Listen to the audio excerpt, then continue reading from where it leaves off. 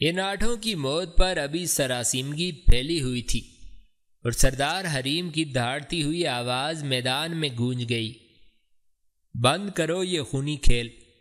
طفیل کی بیوی نتیان کے دوستوں اور بدماشوں سنو، میرا نام حریم ہے اور میں بنی تمیم کا سردار ہوں اور خینس بن یوسف کی مدد کو پہنچ چکا ہوں۔ نتیان کے سارے ساتھی کھڑے ہو گئے اور تلواریں کھینچ لیں۔ سردار حریم پھر گرجا، میں اپنے جوانوں کو حکم دیتا ہوں کہ نتیان کے کسی آدمی کو بھی بھاگنے نہ دیں۔ سردار حریم جب خاموش ہوا تو سردار ارطبون کی چنگھاڑتی ہوئی آواز میدان میں گونجی، بہادر ترکوں اور صفدیوں، آج اگر تم اپنے عرب بھائیوں کے شانہ بشانہ نہ لڑے تو خدا کی قسم میں تمہیں کبھی معاف نہ کروں گا۔ میدان میں شور مچ گیا تھا۔ عرب، ترک اور صفدی بہادر میدان میں موت اور خون کا کھیل شروع کر چکے تھے۔ نتیان نے اٹھ کر میدان سے بھاگ جانا چاہا، مگر اس کے قریب ہی اپنا چہرہ ڈھانپ کر بیٹھی ہوئی ماروا نے ہاتھ میں پکڑی ہوئی کمان پر تیر چڑھایا اور نتیان کے سینے میں پیوست کر دیا۔ خینس اور سماک نتیان کی طرف بڑھے۔ ماروا نے تلوار سونت لی اور اپنی بیساکھی ٹیکتی ہوئی نتیان کی طرف بڑھی۔ کتونا اور چند ترک جوان اس کی حفاظت کر رہے تھے۔ ماروا جب نتیان کی گردن تلوار سے کاٹنے لگی تو سماک جو نزدیک آ چکا تھا چلایا، رک جاؤ بیٹی۔ ماروا سماک کی طرف دیکھنے لگی۔ سماک آگے بڑھا اور پھر اپنی تلوار لہرا کر نتیان کی گردن کاٹ دی۔ اپنی بہن کی گردن میں خود ہی کاٹنا چاہتا تھا بیٹی، اس نے تمہارے شوہر کے ساتھ زیادتی کی ہے۔ میدان میں سردار حریم کی آواز پھر گونجی، خینس، سماک، ماروا اور کتونا جنگ میں حصہ نہ لیں اور یہاں میرے پاس آ جائیں۔ وہ چاروں سردار کے پاس جا کر کھڑے ہو گئے۔ عرب، ترک اور صفدی یوں حملہ آور ہوئے جس طرح بھوکے درندے اپنے شکار پر جھپٹ پڑتے ہیں۔ تھوڑی ہی دیر بعد میدان صاف ہو چکا تھا اور میدان میں اب صرف عرب، ترک اور صفدی ہی نظر آ رہے تھے۔ جن بدماشوں نے میدان سے بھاگنے کی کوشش کی تھی انہیں دروازے پر کھڑے عربوں نے کاٹ کر رکھ دیا تھا۔ میدان کے وسط میں کھڑے جارود بن مصب نے اپنے دونوں ہاتھ منہ پر رکھے ہوئے تھے اور بلند آواز میں کہا، سب جوان اس باغ میں چلے جائیں جہاں گھوڑے بندھے ہیں اور سارے گھوڑے یہاں لے آئیں۔ چند ہی لمحوں میں میدان خالی ہو گیا۔ سارے جوان گھوڑے لینے چلے گئے۔ جارود میدان سے نکلا اور سردار کے پاس آ کر کھڑا ہو گیا۔ سردار حریم نے مسکراتے ہوئے خینس سے پوچھا، کیسے ان کے ہتھے چڑھ گئے تھے؟ خینس بھی مسکرا رہا تھا۔ ترمت سے آگے پہاڑی سلسلے میں انہوں نے مجھے گھیر لیا تھا۔ اس بار سردار ارطبون نے پوچھا، وہاں مردہ شیر اور ایک بھگی بھی پڑی ہوئی ہے، اس کا کیا چکر ہے؟ خینس نے سماک کی طرف دیکھا، اس کے چہرے پر وحشت ٹپکنے لگی تھی۔ خینس مصلحتاً جھوٹ بول گیا، وہ بھگی اصل میں ایک پنجرا ہے جس میں انہوں نے ایک بھوکا شیر باندھ رکھا تھا۔ ان کا خیال تھا کہ شیر مجھے ختم کر دے گا اور ان کے سارے راستے صاف ہو جائیں گے، مگر میں نے شیر کو زیر کر دیا۔ انہوں نے مجھے گھیر لیا اور پھر پتھر مارنے شروع کر دیے اور اس طرح مجھے پکڑنے میں کامیاب ہو گئے۔ سماک کے ساتھ تمہاری ملاقات کیسے ہو گئی؟ خینس نے پھر جھوٹ بولا۔ بوڑھے سماک کو جو اس وقت سمرقند کی طرف جا رہا تھا انہوں نے اس وجہ سے گرفتار کر لیا کیونکہ اس نے اپنی بہن نتیان پر زور دے کر کہا تھا کہ خینس کو چھوڑ دیا جائے۔ ہم سماک کے شکر گزار ہیں۔ سماک شکر گزار نگاہوں سے خینس کو دیکھ رہا تھا۔ سردار ارطبون دوبارہ خینس سے مخاطب ہوا، گورنر سے ملے تھے؟ ہوئی تھی ملاقات۔ کیا کہا اس نے؟ تمہاری قیاس آرائی درست تھی، وہ مجھے اپنی فوج کا سالار اعظم بنانا چاہتا تھا۔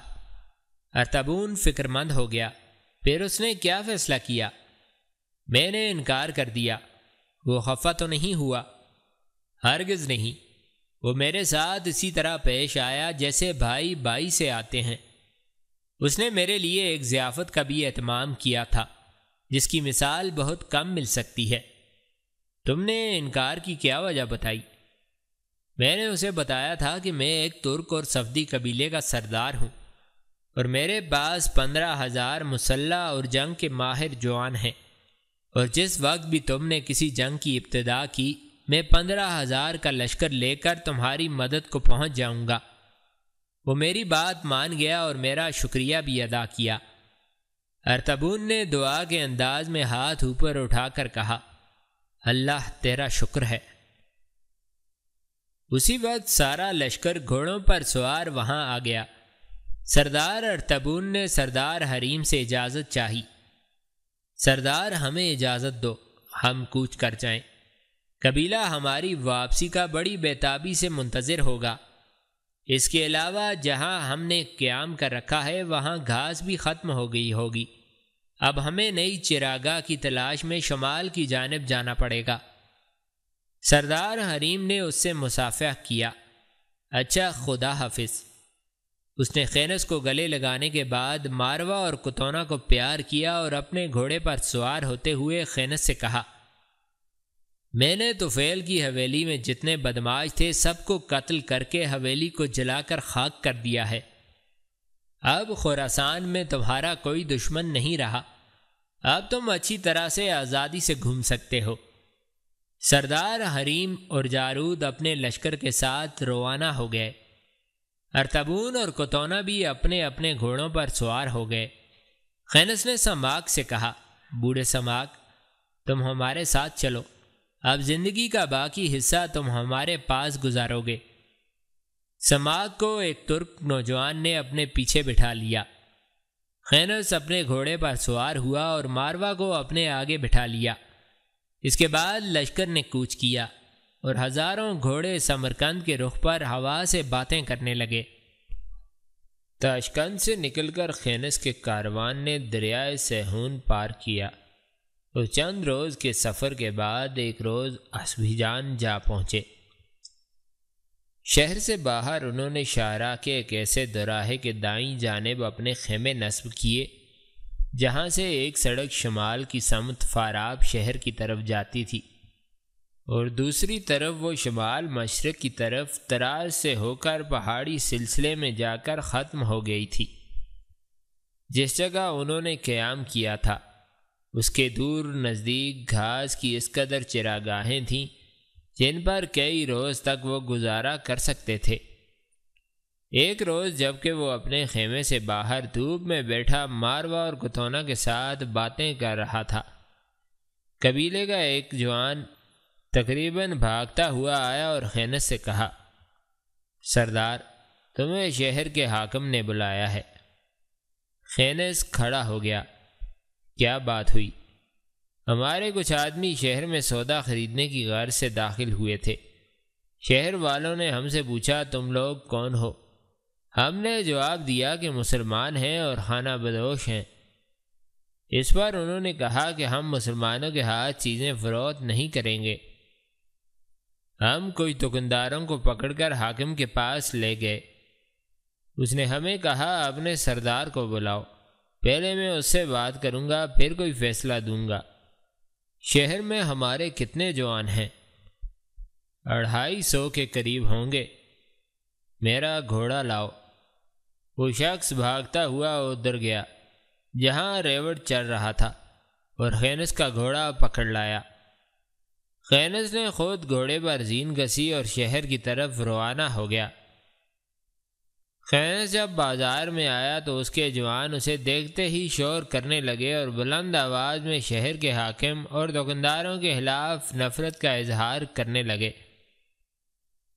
خینس نے ہاتھ کھڑے کر کے انہیں خاموش کیا اور اس ترک جوان کی رہنمائی میں حاکم شہر کے مال کی طرف روانہ ہو گیا جو اسے بلانے گیا تھا۔ شہر کے اندر قبیلے کے جتنے آدمی تھے سب اس کے پیچھے روانہ ہو گئے۔ محل کے دروازے پر خینس نیچے اترا، ایک کندھے پر اپنی آہنی زنجیر رکھ لی اور دوسرے کندھے پر اس کا شاہین تھا۔ محل کی انگنت سیڑھیاں تھیں، وہ اوپر چڑھا اور اس کے سارے جوان سیڑھیوں پر اور اس سے معلقہ سڑک پر کھڑے ہو گئے۔ دروازے پر پہرا دینے والے محافظ سے خینس نے کہا، اپنے حاکم سے کہو خانہ بدوش قبیلے کا سردار آیا ہے۔ تھوڑی دیر بعد ہی محافظ واپس آیا اور خینس کو اندر جانے کے لیے کہا۔ ایک پروکار چال کے ساتھ وہ اندر داخل ہوا اور حاکم کے سامنے جا کر بیٹھ گیا۔ اس نے بڑی سختی اور کرخت لہجے میں خینس سے پوچھا، کیا تم ہی خانہ بدوش قبیلے کے سردار ہو؟ ہاں میں ہی سردار ہوں۔ تمہارا نام کیا ہے؟ خینس بن یوسف۔ تمہارا نام اور حلیہ بتاتے ہیں کہ تم عرب ہو۔ تمہارا اندازہ درست ہے۔ تمہارا کاروان تو ترکوں اور صفدیوں پر مشتمل ہے، تم اس کے سردار کیسے بن گئے؟ تم اس بات کو چھوڑو، یہ بتاؤ مجھے کیوں طلب کیا ہے؟ اسبی جان کے حاکم کا غصہ اور تیز ہو گیا۔ یہ شہر چھوڑ کر کہیں اور چلے جاؤ، لیکن کس خوشی میں؟ تمہارے آدمی جب سودا سلف لینے کے لیے آتے ہیں تو دکانداروں اور شہریوں کے آگے اپنے مذہب کی تبلیغ بھی کرتے ہیں، جس کا نتیجہ یہ نکلا ہے کہ شہر کے کچھ لوگ مسلمان ہو گئے ہیں، اور یہ بات ہمارے مذہبی مسلک کے خلاف ہے۔ تمہارا مذہب کیا ہے؟ ہم مسئلہ تناسخ پر یقین رکھتے ہیں۔ اگر میں یہ کہوں کہ ہم مسلمان اپنے مذہب کی تبلیغ کرنا فرض سمجھتے ہیں تو پھر یہ تبلیغ کہیں اور جا کر کرو، میرے شہر میں نہیں۔ میں اگر انکار کروں تو حاکم اپنی جگہ پر اچھل پڑا، تمہاری یہ جرت کہ اس انداز میں مجھ سے بات کرو؟ میرے ایک اشارے پر میرے جوان امڑ آئیں گے اور تمہاری گردن کاٹ دیں گے۔ خینس غصے میں کھڑا ہو گیا، بلاؤ اپنے محافظوں کو، میں اکیلے ہی ان کے لیے کافی ہوں۔ حاکم نے تالی بجائی اور پھر کسی کی آمد کا انتظار کرنے لگا۔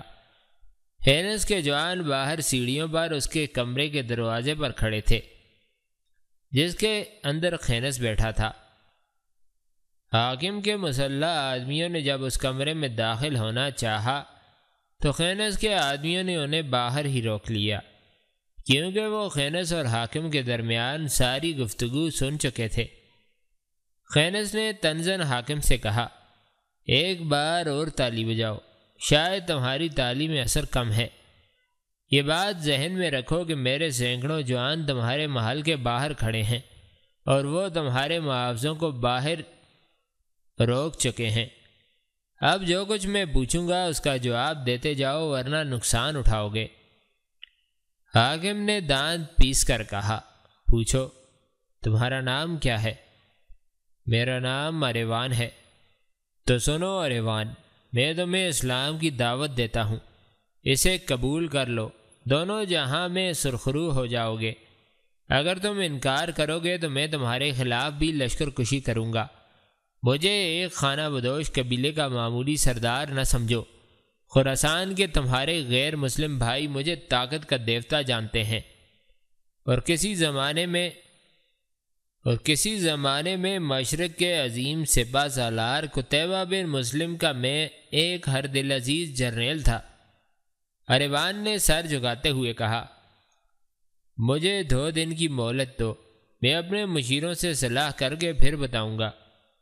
خینس کھڑا ہو گیا، مجھے منظور ہے، پرسوں اس وقت پھر میں تمہارے پاس آؤں گا۔ خینس باہر آیا، اور جب وہ سیڑھیاں اتر کر سڑک پر آیا اور اس نے دیکھا کہ وہاں شہر کے کئی مرد اور عورتیں جمع تھیں، وہ سب پریشان اور غمزدہ تھے۔ خینس نے ایک ترک جوان سے پوچھا، یہ کون لوگ ہیں؟ اسی ترک جوان نے جواب دیا، یہ سب اس شہر کے نو مسلم ہیں، جو ہمارے ان بھائیوں کی تبلیغ سے مسلمان ہوئے ہیں جو شہر میں سودا سلف خریدنے کے لیے آتے ہیں، اور یہ تم سے بات کرنا چاہتے ہیں۔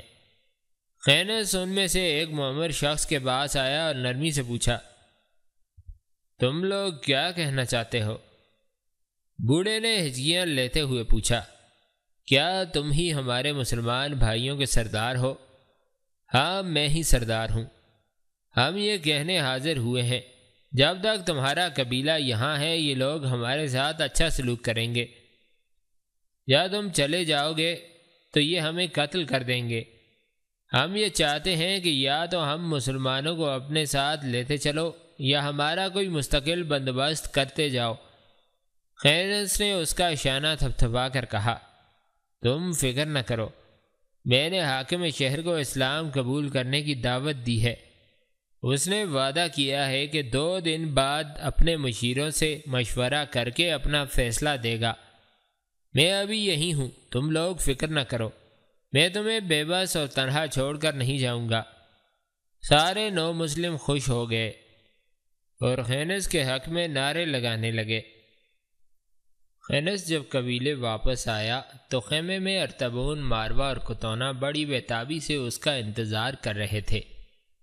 جو ہی وہ خیمے میں داخل ہوا، ارطبون نے خوش ہوتے ہوئے کہا، اللہ کا شکر ہے تم لوٹ آئے ہو، وہاں جانے سے پہلے مجھے بتایا تو ہوتا، میں خود تمہارے ساتھ جاتا۔ یہاں کا حاکم جس کا نام سخت بدمزاج آدمی ہے، مجھے خطرہ تھا تم ضرور اس سے الجھ پڑو گے۔ اگر تھوڑی دیر تک تم نہ آتے تو میں خود وہاں پہنچ جاتا۔ کیا کہا اس نے؟ کہتا تھا اپنے قبیلے کے ساتھ یہاں سے کوچ کر جاؤ۔ کیوں؟ وجہ بتاتا تھا کہ تمہارے آدمی سودا سلف خریدنے جب شہر میں آتے ہیں تو دکانداروں اور شہریوں میں اپنے مذہب کی تبلیغ کرتے ہیں، اور یہ بات ہمارے مذہب کے خلاف ہے۔ تم نے پھر کیا جواب دیا؟ میں نے کہا مذہب کی تبلیغ کرنا ہمارا فرض ہے۔ میں نے اسے یہ بھی کہا کہ اسلام قبول کر لو ورنہ میں تمہارے خلاف لشکر کشی کروں گا۔ اس نے 2 دن کی مہلت مانگی ہے، دیکھو کیا فیصلہ کرتا ہے۔ مجھے تو وہ بڑا عیار انسان دکھائی دیتا ہے، میرا دل کہتا ہے کہ وہ ہمارے ساتھ دھوکہ کرے گا۔ قبل اس کے کہ وہ کوئی ہمیں نقصان پہنچائے، میں اپنے لشکر کو پہلے ہی تیار کروں گا تاکہ وقت پر اس سے نمٹ سکوں۔ ارطبون نے بھی اس کی تائید کی۔ تم ٹھیک کہتے ہو، میں اریوان کو عرصے سے جانتا ہوں، وہ شمالی علاقے کا سب سے بڑا دھوکے باز انسان ہے، وہ ضرور ہم پر شب خون مارے گا۔ ماروا نے بڑے پیار سے خینس کو مخاطب کیا، شہر میں کوئی مسلمان بھی ہوا ہے؟ ہاں، کافی لوگ اسلام قبول کر چکے ہیں، ان کا کیا رد عمل ہے؟ وہ ہر حال میں ہمارا ساتھ دینے کو تیار ہیں۔ خینس نے پھر ارطبون سے پوچھا، سردار کیا پہلے تم یہیں سے واپس لوٹ جایا کرتے تھے؟ ہاں، یہاں ہمارا آخری پڑاؤ ہوتا تھا، اس کے بعد ہم واپس لوٹ جاتے تھے اور بدخشاں کا رخ کرتے تھے، مگر اس بار میں یہیں سے واپس نہیں لوٹوں گا۔ سردار، دریائے زیہون کے کنارے کنارے ہم اور شمال کی طرف بڑھیں گے اور نئی چراگاہیں تلاش کریں گے، جیسا تمہارا جی چاہے کر لینا۔ اب چلو اپنے لشکر کی تیاری کا جائزہ لیں، ان دنوں ہمیں اپنے لشکر کو دن رات تیار رکھنا ہوگا۔ خینس واپس مڑا، آؤ چلیں۔ ارطبون اس کے ساتھ ہو لیا۔ کتونہ نے منہ بسورتے ہوئے کہا، ہم دونوں بہنیں بھی ساتھ چلیں گی۔ خینس نے واپس مڑتے ہوئے کہا، تو روتی کیوں ہو، آ جاؤ نا۔ ماروا اور کتونہ دونوں ہنس پڑیں اور ان کے پیچھے پیچھے ہو گئیں۔ اسی روز شام جب ڈھلتی جا رہی تھی اور خینس اپنے خیمے میں ارطبون، ماروا اور کتونہ کے ساتھ بیٹھا ہوا تھا، ایک ترک جوان اندر آیا اور خینس سے کہا، سردار، شہر سے ایک نو مسلم آیا ہے، وہ تم سے کچھ کہنا چاہتا ہے۔ خینس چونک سا پڑا۔ سردار ارطبون کے ساتھ اٹھ کر وہ باہر والے کمرے میں آتا ہوا بولا، اسے فوراً اندر بلاؤ۔ ماروا اور کتونہ بھی پردے کے پیچھے کھڑی ہو گئی تھیں تاکہ گفتگو سن سکیں۔ وہ ترک اپنے ساتھ اسی بوڑھے نو مسلم کو لایا جس نے شہر میں خینس سے گفتگو کی تھی۔ خینس نے اسے اپنے ساتھ بٹھایا، پھر بڑی نرمی سے پوچھا، یقیناً تم ہمارے لیے کوئی اہم خبر لائے ہو؟ بوڑھے نے بڑے خلوص سے کہا، آج رات عشاء کے بعد اریوان تم پر شب خون مارے گا تم محتاط رہنا، میں تمہیں اطلاع دینے آیا ہوں۔ شہر کے سارے مسلمانوں کی دعائیں تمہارے ساتھ ہیں۔ ہم اس وقت تک سخت ہیجانی کیفیت کا شکار رہیں گے جب تک تم اریوان کو نیچا نہیں دکھاتے۔ خینس نے اس کی ہمت بندھائی۔ تم فکر نہ کرو، میں اریوان کو ایک یادگار سبق دوں گا۔ میں اب جاتا ہوں، کہیں اریوان کے جاسوسوں کو میرے یہاں آنے کا علم نہ ہو جائے۔ وہ بوڑھا اٹھ کر چلا گیا۔ خینس اور ارطبون خیمے سے نکلے۔ بڑی رازداری کے ساتھ انہوں نے 15,000 کے لشکر کو ایک جگہ جمع کیا۔ ان میں سے 3,000 کو قبیلے کی حفاظت پر چھوڑا اور 12,000 کے لشکر کو جنگ میں حصہ لینے کے لیے تیار کیا۔ اس پر ارطبون نے اعتراض کرتے ہوئے کہا، قبیلے کی حفاظت کے لیے 1,000 جوان کافی ہیں، باقی 14,000 کو جنگ میں استعمال کرو۔ خینس نے بڑی بے فکری سے کہا، اریوان کے لیے 12,000 کا لشکر بھی زیادہ ہے، تاہم میں ایک اسلامی روایت پر عمل کرنا چاہتا ہوں۔ ہمارے پیغمبر خدا صلی اللہ علیہ وآلہ وسلم نے حنین کی جنگ میں 12,000 مجاہدین کا لشکر استعمال کیا تھا۔ میں آج برکت کی خاطر اور فتح و نصرت کے لیے اتنی ہی تعداد استعمال کرنا چاہتا ہوں۔ ارطبون مطمئن اور خاموش ہو گیا۔ خینس نے اپنے سارے لشکر کو شہر کے دروازے سے دور دونوں طرف پھیلا دیا۔ سارا لشکر زمین پر لیٹ کر دشمن کے باہر نکلنے کا انتظار کر رہا تھا۔ عشاء کے کافی بعد اریوان اپنا 15,000 کا لشکر لے کر شہر سے نکلا اور شبخون مارنے کے لیے خینس کے خیموں کا رخ کیا۔ جب وہ شہر سے تھوڑا سا ہی باہر آیا تو راستے کے دونوں جانب پھیلے ہوئے خینس کے لشکر نے ان پر تیروں کی بارش شروع کر دی۔ اریوان کا لشکر بدحواس ہو گیا تھا۔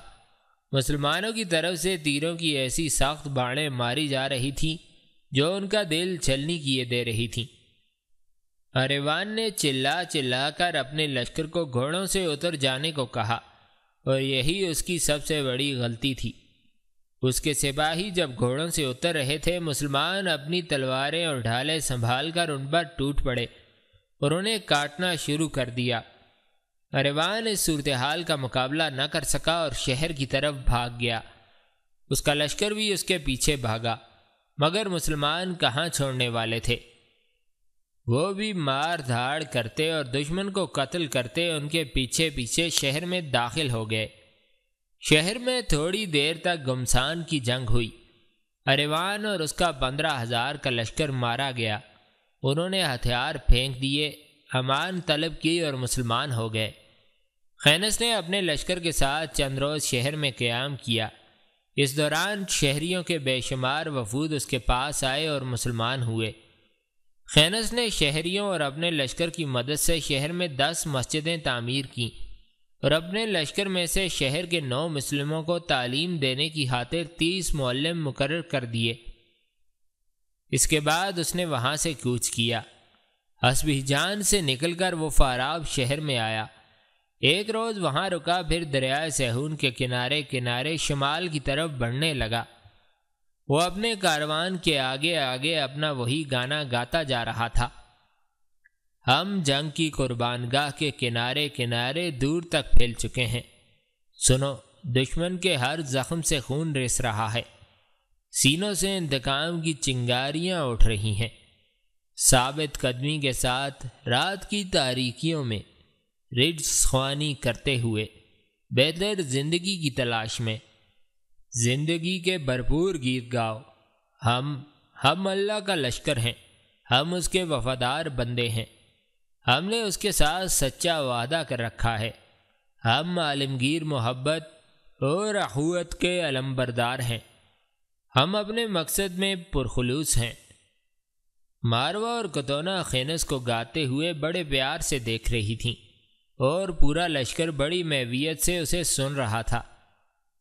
سن، میری آواز مانند سیل رواں تند و تیز ہے، میرے جذبات کا طوفان میرے جسم کی رگ رگ سے ابل رہا ہے، ہماری منزل روشن اور تابناک صبح ہے، تاریخ کی فیصلہ کن گھڑی آ پہنچی ہے، ہماری آواز توانا، بلند اور غضبناک ہے۔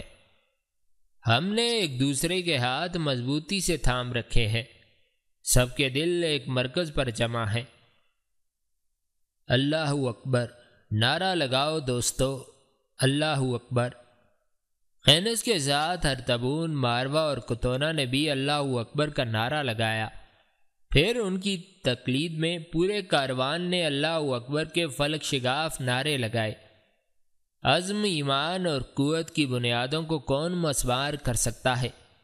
طلوع فجر مبارک ہو، راستہ صاف اور واضح ہے، دنیا شجاعت کے گیت گائے گی۔